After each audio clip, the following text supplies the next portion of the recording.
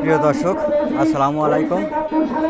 আমি এখন দাঁড়িয়ে আছি ঝিনাইদহ জেলার অন্তর্গত শৈলকুপা থানা ৬ নম্বর সারুটি ইউনিয়নের যে কাতলাগাড়ি বাজার, সেই কাতলাগাড়ি বাজার থেকে আমি এখন আপনাদেরকে জানাবো যে আজকে এই যে বৈষম্যহীন ছাত্র আন্দোলন, তারই পরিপ্রেক্ষিতে এই ৬ নম্বর সারুটি ইউনিয়নের স্থিতিশীল বজায় রাখার জন্য আসলে এক ধরনের এক গ্রুপ ছাত্র তারা এই মহতী উদ্যোগের ডাক দিয়েছেন। এবং আসলে এই ৬ নম্বর যে সারুটিয়া ইউনিয়ন, সেই ইউনিয়নের যত মারামারি, হানাহানি, কাটাকাটি, লুট করা তারই পরিপ্রেক্ষিতে আসলে এই ছাত্র সমাজে ডাকা দিয়েছে। সেই ডাকেই সব ছাত্র মিলে এই কাতলাগাড়ি বাজারে আসলে একটা মহতী অনুষ্ঠানের উদ্যোগ নিয়েছেন। আমি আসলে আপনাদেরকে সেই মহতী অনুষ্ঠানে যে যারা সেসব ছাত্ররা আন্দোলন করত বা করে এসেছে, তারাই আসলে এই যে এখন আসলে বিগত কয়েকদিন ধরেই সব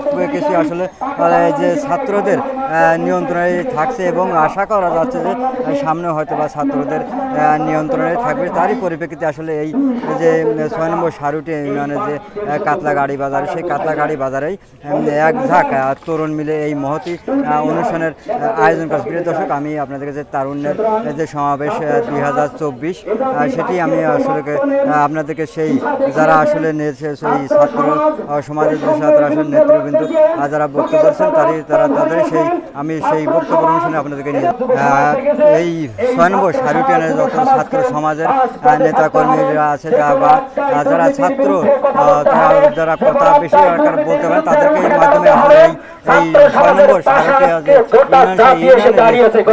তারা বক্তব্য দিচ্ছেন। আমি আপনাদেরকে সেই আজকে মাঠে থাকতে হবে, তরুণ সমাজকে আজকে একটা সোনার বাংলা নির্মাণ করতে হবে। আমি আশা ব্যক্ত করি এখন এই তরুণ সমাজের মধ্য থেকে তোমরা যদি কেউ বলতে চাও, তাহলে তোমরা এই মঞ্চে উঠে আসো।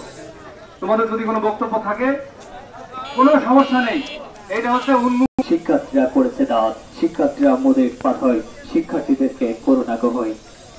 আমরা ১৯৫২ সালের যুদ্ধকে দেখেছি, ৭১-এর যুদ্ধকে দেখেছি, ২০২৪-এর যুদ্ধকেও দেখেছি, কিন্তু এই যুদ্ধে লড়েছেন আমাদের ছাত্র সমাজ।